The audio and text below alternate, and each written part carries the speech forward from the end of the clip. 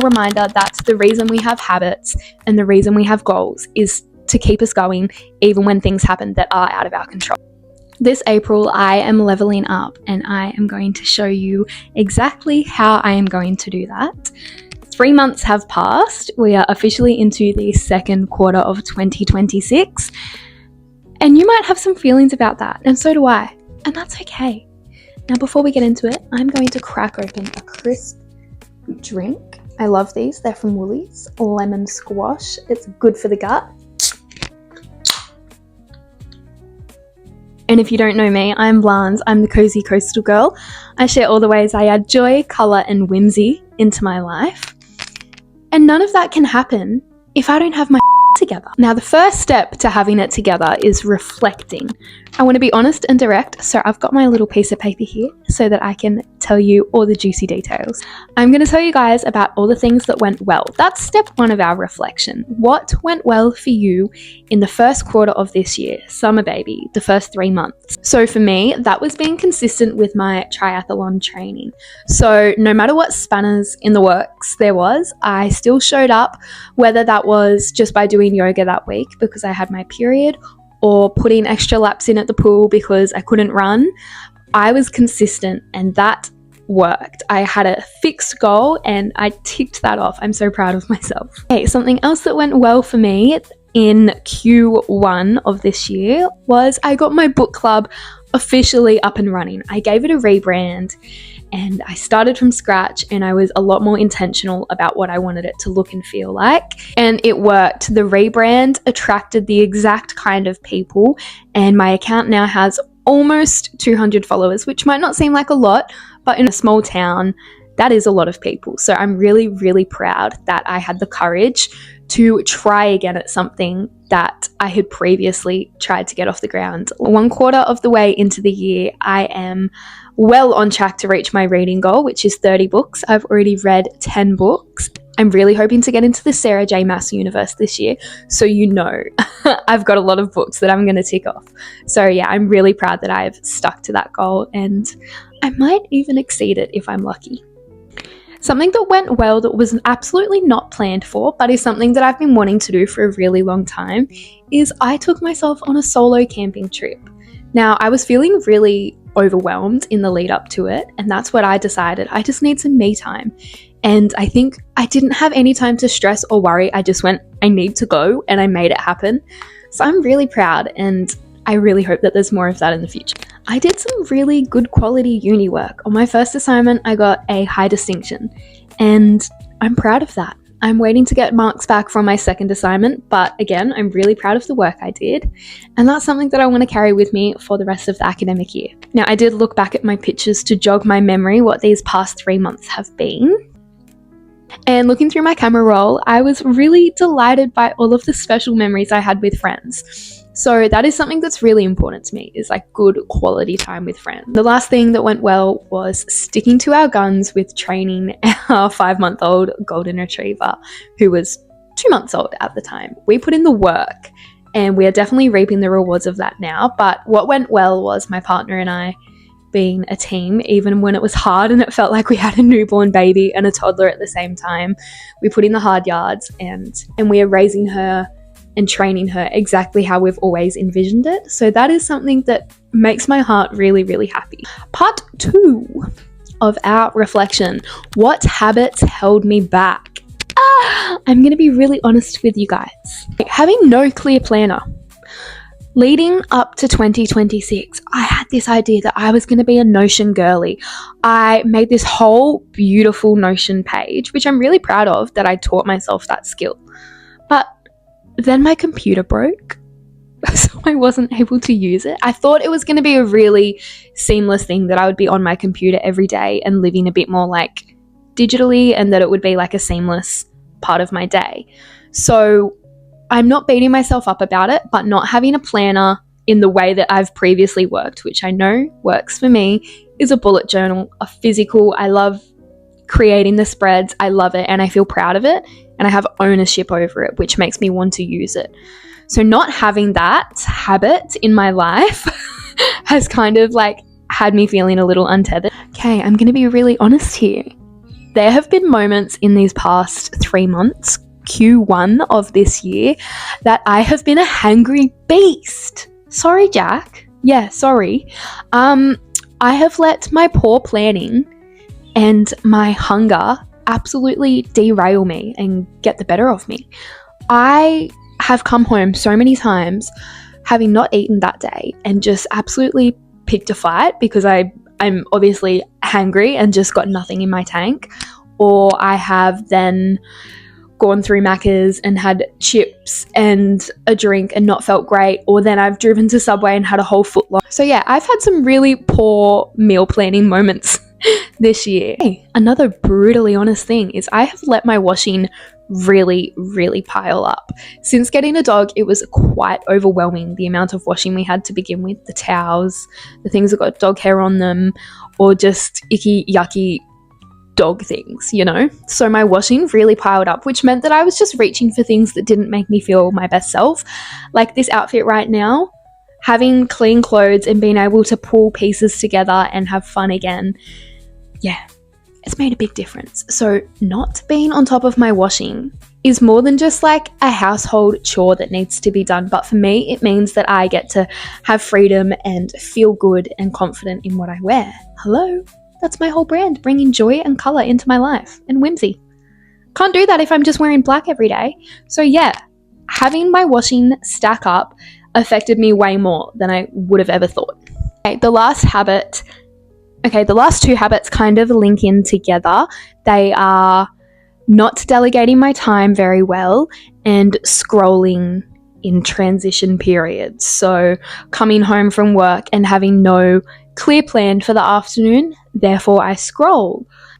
Just like finishing work, getting in my car, blasting the aircon, and then scrolling on my phone in the work car park for half an hour because I had no clear plan of my afternoon. Or waking up and then scrolling in bed after taking the dog outside because I had no clear plan for my day.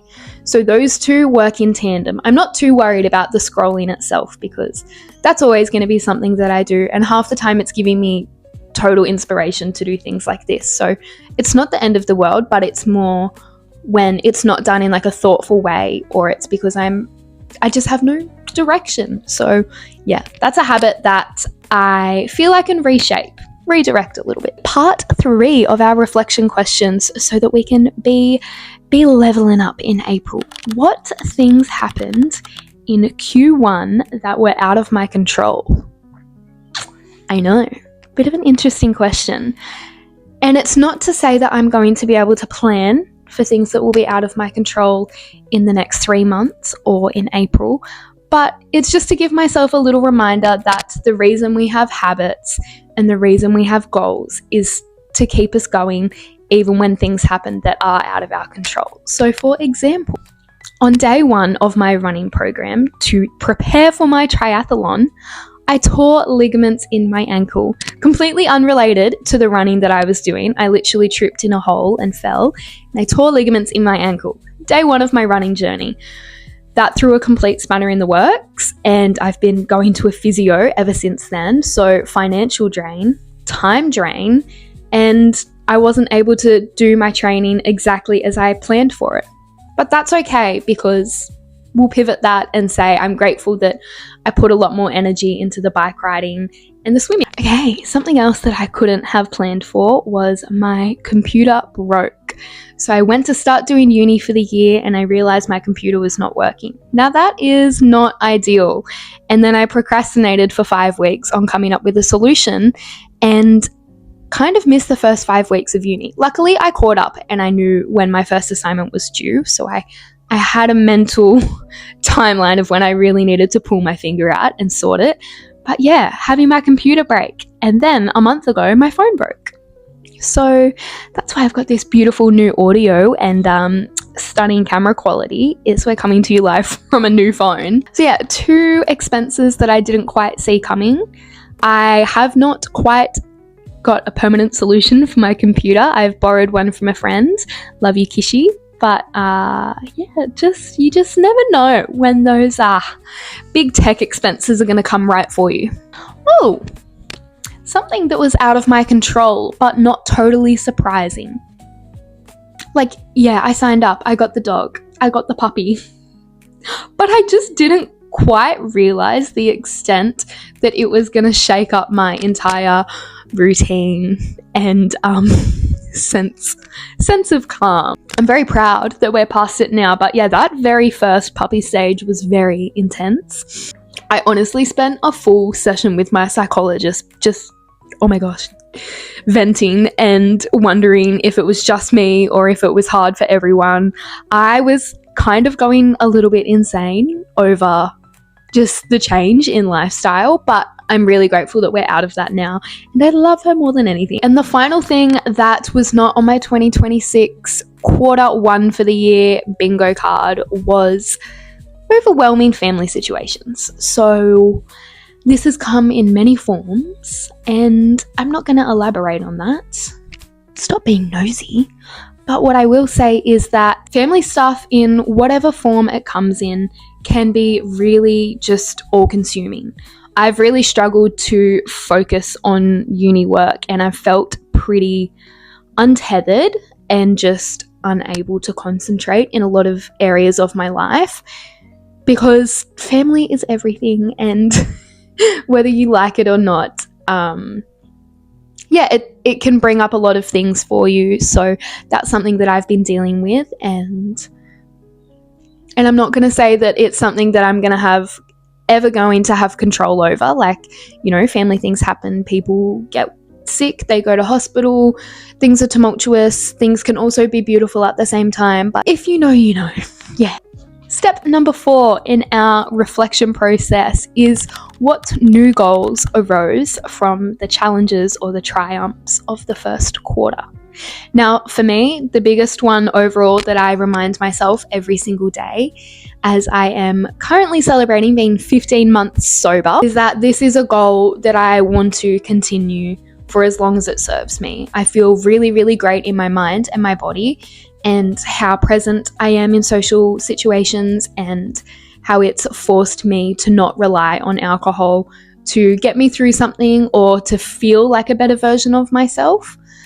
It's become second nature now that I don't drink, but if you knew me a year and a half ago, you totally would not believe where I am today. So that is something that every single day I remind myself is a goal that I keep doing. It's not very it's not conscious anymore, but I do remind myself that that's something I'm really proud of doing. So since completing my triathlon, my beginner triathlon, I have been shocked with what my body's been able to do.